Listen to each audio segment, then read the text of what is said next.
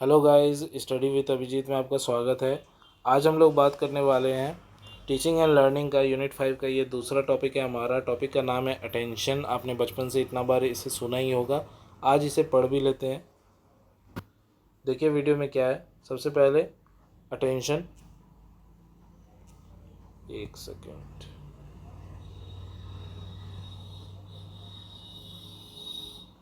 देखिए अटेंशन में हमें क्या पढ़ना है।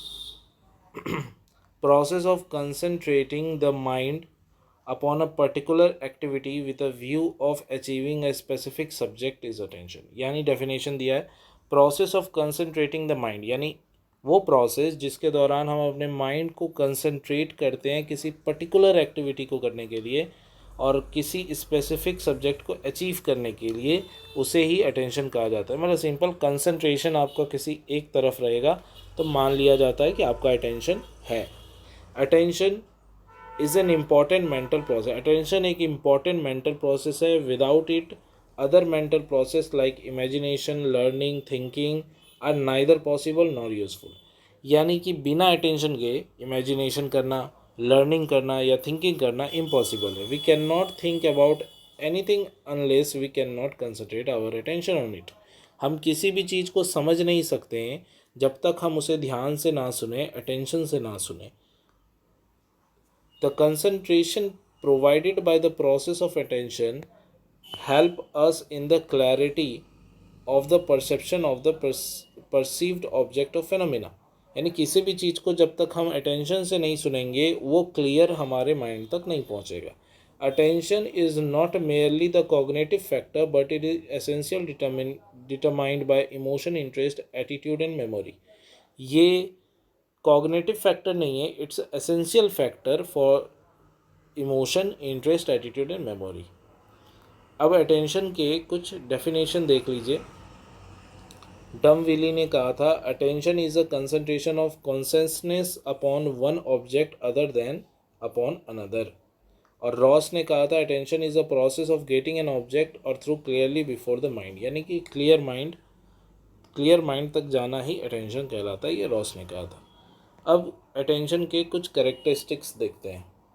Attention is always changing. Attention हमेशा बदलते रहता है। यानी आज आपका अटेंशन किसी चीज़ पर है तो कल को किसी और चीज़ पे हो सकता है। अटेंशन कंटिन्यूअस होता है, लगातार चलता है। अटेंशन इंक्रीज़ करता है क्लैरिटी ऑफ द ऑब्जेक्ट को। यानी कि आपको जब कंसेप्ट क्लियर होने लग जाता है मतलब आपका अटेंशन बढ़ रहा है। Attention is indivisible. Attention indivisible है। Attention is selective. Attention selective होता है। यानी मेरे लिए अगर कोई मान लीजिए मुझे किसी चीज़ में इंटरेस्ट है तो मेरा अटेंशन वहाँ ज़्यादा होगा, आपका इंटरेस्ट किसी और चीज़ में हो सकता है। तो ये यहाँ कहा जा रहा है attention has shifting nature. Attention shifting nature होता है। मान लीजिए आप कोई काम कर रहे हैं, अचानक आसपास कोई दुर्घटना घटती है या फिर ज़ोरदार आवाज़ आता है तो आपका अटेंशन तुरंत शिफ्ट कर जाएगा उस तरफ कि उधर क्या हो रहा है। तो ये शिफ्टिंग नेचर भी अटेंशन में होता है। Attention has narrow range. Attention का एक नैरो रेंज है। Attention is always an active centre of our experience. हमारे एक्सपीरियंस का एक्टिव सेंटर माना जाता है अटेंशन को। और attention as cognitive and affective aspects. तो ये हो गए अटेंशन के कैरेक्टरिस्टिक्स। अब टाइप ऑफ अटेंशन देख लेते हैं जो कि बहुत इंपॉर्टेंट है और आपसे लॉन्ग आंसर्स में पूछा जाएगा। Attention can be divided into two group. इसे दो ग्रुप में बांटा गया है। पहला ग्रुप है इनवॉलेंटरी, जिसे कि नॉन वोलिशनल भी कहा जाता है, और दूसरा है वॉलेंटरी जिसे कि वोलिशनल भी कहा जाता है। इनवॉलेंटरी के अंदर आता है इन्फोर्स्ड, जिसे कि इंस्टिंक्ट कहा जाता है, और स्पॉन्टेनियस जिसे कि सेंटिमेंट्स कहा जाता है। और वॉलेंट्री के अंदर आता है इम्प्लिसिट, एक्सप्लिसिट। तो आज इसे डिस्कस करेंगे। देखिए सबसे पहले इनवॉलेंट्री क्या होता है। When we attend naturally, easily, spontaneously and without effort attention is said to be involuntary and non volitional. यानी जब हम किसी चीज़ को बिना ज़्यादा एफर्ट दिए ही हम उसके तरफ अटेंशन दे पा रहे हैं उसे हम इनवॉलेंट्री और नॉन वॉल्यूशनल कहते हैं। जैसे there is a loud sound we hear from without effort. मतलब आसपास हमारा कहीं मान लीजिए आपके मोहल्ला में कहीं पर स्पीकर पे गाना बज रहा है, तो आपको उधर ध्यान देने के लिए मेहनत नहीं करना होगा, वो ऑटोमेटिकली आपका अटेंशन खींच लेगा। इसे ही इनवॉलेंट्री अटेंशन कहा जाता है। This stimulus forces itself upon us and we pay attention. The quality of intensity and attract attention. तो ये हमें मेहनत नहीं करना पड़ता, वो ऑटोमेटिकली हमारा अटेंशन खींच लेता है। This type of attention is determined by instinct, therefore it called is enforced involuntary and non volitional attention. तो ये जो इंस्टिंक्ट है, मतलब अचानक कोई आवाज़ हुआ, अब देखिए इसका टाइप था ना, उसमें इंस्टिंक्ट आया था, तो इंस्टिंक्ट का मतलब हुआ जब अचानक कोई जोरदार आवाज़ आपको सुनाई दे, अब वो आपका अटेंशन तुरंत इंस्टिंक्ट खींच भी ले कि तुरंत आपका ध्यान जाए कि अरे कहाँ से आवाज़ आए, तो मतलब वो इंस्टिंक्ट अटेंशन है। Attention which has an aroused by the sentiment is describe as spontaneous and non volitional attention. अब सेंटिमेंट्स को जो उभार देता है ऐसा अटेंशन, वो आपका स्पॉन्टेनियस नॉन वोल्यूशनल अटेंशन कहलाता है। This is due to the frequency of sentiment और इंटरेस्ट, और ये सेंटिमेंट और इंटरेस्ट पे डिपेंड करता है। स्पॉन्टेनियस अटेंशन में, in spontaneous attention we attend easily to stimuli without any effort. दोनों ही कंडीशन, इंस्टिंक्ट कोई आवाज़ आए तो आपका अटेंशन उस ओर चल जाएगा, और इमोशनली कोई सेंटिमेंटल चीज़ हो तो उधर भी आपका अटेंशन बहुत जल्दी चला जाता है बिना एफर्ट के। तो ये दोनों जो है इनवॉलेंट्री के अंदर आते हैं। अब देखते हैं वॉलेंट्री और वोल्यूशनल जो अटेंशन है ये क्या होता है। There are many attention in which we attend to an object only after making an effort. अब देखिए, आप ये वीडियो देख रहे हैं तो ज़रूरी नहीं कि आपका इसमें इनवॉलेंट्री अटेंशन हो। आप जान रहे हैं कि ये वीडियो देखने से आपको फ़ायदा होगा, तो आपका ये वॉलेंट्री अटेंशन है, आपने खुद को ये तैयार किया है कि आप ये वीडियो देखेंगे। आप इस वीडियो को देखने के लिए अपना अटेंशन दे रहे हैं, और यहाँ पे आपका एफ़र्ट लग रहा है, ना कि अपने आप हो रहा है। तो ये ऐसी चीज़ें जिस चीज़ को करने में उतना आनंद ना आता हो लेकिन वो ज़रूरी है, आपको अटेंशन देना होगा, तब आप वॉलेंट्री अटेंशन देते हैं। जैसे पढ़ना हो गया, काम करना हो गया, तो ये सब इसमें आते हैं। This type of attention is sustain, active, forced and can be divided into two part, implicit, explicit. ये अटेंशन सस्टेन होते हैं, एक्टिव होते हैं, फोर्स्ड आपके द्वारा फोर्स लगा के अटेंशन दिया जाता है। इसे दो प्रकार में डिवाइड भी किया गया है, इम्प्लिसिट और एक्सप्लिसिट। देखिए, certain attention is imitated by a single act of will which can be sustained for a long time, like swearing of an oath।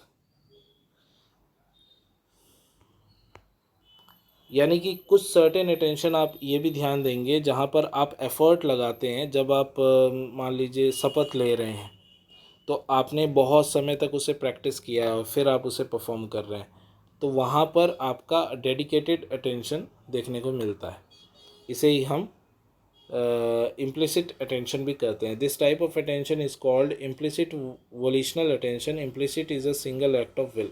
आपकी इच्छा से जो अटेंशन लगाया जा रहा है उसे ही इम्प्लिसिट अटेंशन कहा जाता है। We have the next type of explicitly volitional attention. तो एक्सप्लिसिट क्या होता है, which require many repeated act of will, and this is known as explicit volitional attention. जहाँ पे आपको बहुत बार रिपीट करना पड़े, यानी पहली बार में इम्प्लिसिट में क्या था कि आपने एक बार देखा, पढ़ा, हो गया। एक्सप्लिसिट में आपको उसके बार बार रिवाइज करना पड़ता है। जैसे a child need to remind again and again about his examination so that he can make up his mind and attend his duty. यानी आप जब पढ़ते हैं तो आप उसे बार बार बार बार, एक तो पहले आप फोर्सली उसको पढ़ रहे हैं, अटेंशन दे रहे हैं, तो वो आपका वॉलेंट्री अटेंशन में आया। उसमें भी आप उसे बार बार रिपीट कर रहे हैं कि वो आपके दिमाग से स्लिप ना हो जाए, तो वो आपका एक्सप्लिसिट अटेंशन हो गया। In classroom teaching, attention in the beginning is volitional, but by linking the subject matter to instinct or sentiments, तो क्लासरूम टीचिंग इसका बहुत अच्छा एग्जाम्पल है। Attention becomes spontaneous, thus non-volitional. An infant has to pay volitional attention in action like walking, pulling on a dress, but once this habit are form attention become non volitional, यानी बचपन में जो भी चीज़ें सीखता है बच्चा वो आपके वोलिशनल अटेंशन में आते हैं, लेकिन धीरे धीरे जब उसकी आदत बन जाती है तो वो एक कैजुअल वे में हो जाता है, अपने आप ये सब चीज़ें हैबिट में आ जाती हैं और वो नॉन वोलिशनल हो जाता है। यही ये कहना चाह रहा है। अब इसके एजुकेशनल इम्प्लीकेशंस क्या हैं अटेंशन के, वो देख लेते हैं। The teacher should try to secure attention of the children in teaching learning situation. Teacher जो हैं वो चिल्ड्रन का अटेंशन टीचिंग लर्निंग जो हो रहा है क्लासरूम में उस पर रखना चाहते हैं। The teacher should create a conductive environment at the time of teaching in order to concentrate full attention among the children. एक ऐसा इन्वायरमेंट टीचर क्रिएट करते हैं कि स्टूडेंट का कंसंट्रेशन या स्टूडेंट का अटेंशन पूरा टीचिंग पे बना रहे। The learning atmosphere should be free from all possible distraction factor, यानी जो लर्निंग एटमॉस्फेयर है उसे ऐसा भी बनाने की कोशिश टीचर के द्वारा की जाती है कि जो सारे डिस्टर्बिंग फैक्टर्स हैं या डिस्ट्रैक्टिंग फैक्टर्स हैं उससे वो दूर रहे। In order to create attention the teacher should try to motivate the student at each stage of teaching. लगातार टीचिंग कराने के बाद कभी कभार अटेंशन जो है स्टूडेंट का वो भटकने लगता है, तो उससे बीच बीच में इस टीचर के द्वारा मोटिवेट भी किया जाता है कि उनका अटेंशन टीचिंग पे बना रहे। उस अटेंशन को कायम रखने के लिए डायग्राम्स, फिगर्स, पिक्चर्स इसका सहारा भी eight the time of need ज़रूरत पर टीचर लेते हैं। एंड ऑडियो विजुअल एड भी उनके द्वारा यूज़ किया जाता है। तो ये सब करके स्टूडेंट का अटेंशन अपने टीचिंग के ओर वो बनाए रखने में ये सब टीचर की सहायता करते हैं। The teacher should move use of lecture, posture, action, demonstration eight the time of teaching. आपने देखा होगा टीचिंग कराते वक्त टीचर लोग एक जगह से दूसरी जगह घूमते हैं, चलते रहते हैं, एक जगह खड़े नहीं रहते। क्यों? क्योंकि वो चेक करते हैं कि स्टूडेंट उनके बातों को ध्यान दे रहा है कि नहीं, वो उनके मूवमेंट के अनुसार एक्शन कर रहा है कि नहीं, जिससे कि उन्हें पता चल जाता है कि स्टूडेंट का अटेंशन टीचर के बातों पे है कि नहीं। The student should be involve actively in teaching learning process. और उनका मोटिव क्या होता है कि स्टूडेंट जो वो टीचिंग लर्निंग हो रहा है उसमें एक्टिव रहे हर वक्त, नहीं तो उसे चीज़ें समझ नहीं आएंगी। Fear of punishment and rude behaviour of teacher should be avoided. आप समझ ही रहे हैं कि पनिशमेंट देना या फिर रूड बिहेवियर टीचर के द्वारा करना, ये सब तो इसमें अवॉइड ही रहता है। The teacher should show a fair and impartial treatment to the student in the class. Teacher किसी प्रकार का कोई भी डिस्क्रिमिनेशन नहीं करता स्टूडेंट्स में टीचिंग को देने के लिए, जो कि सही है, ऐसा ही होना भी चाहिए। तो नेक्स्ट ये आज के लिए इतना ही। अगले टॉपिक में हम पढ़ेंगे फैटिक क्या होता है। अगर आपको वीडियो पसंद आए तो प्लीज़ वीडियो को लाइक करें, चैनल को सब्सक्राइब करें, बेल आइकन प्रेस कर दें ऐसे ही रेगुलर वीडियोस पाने के लिए।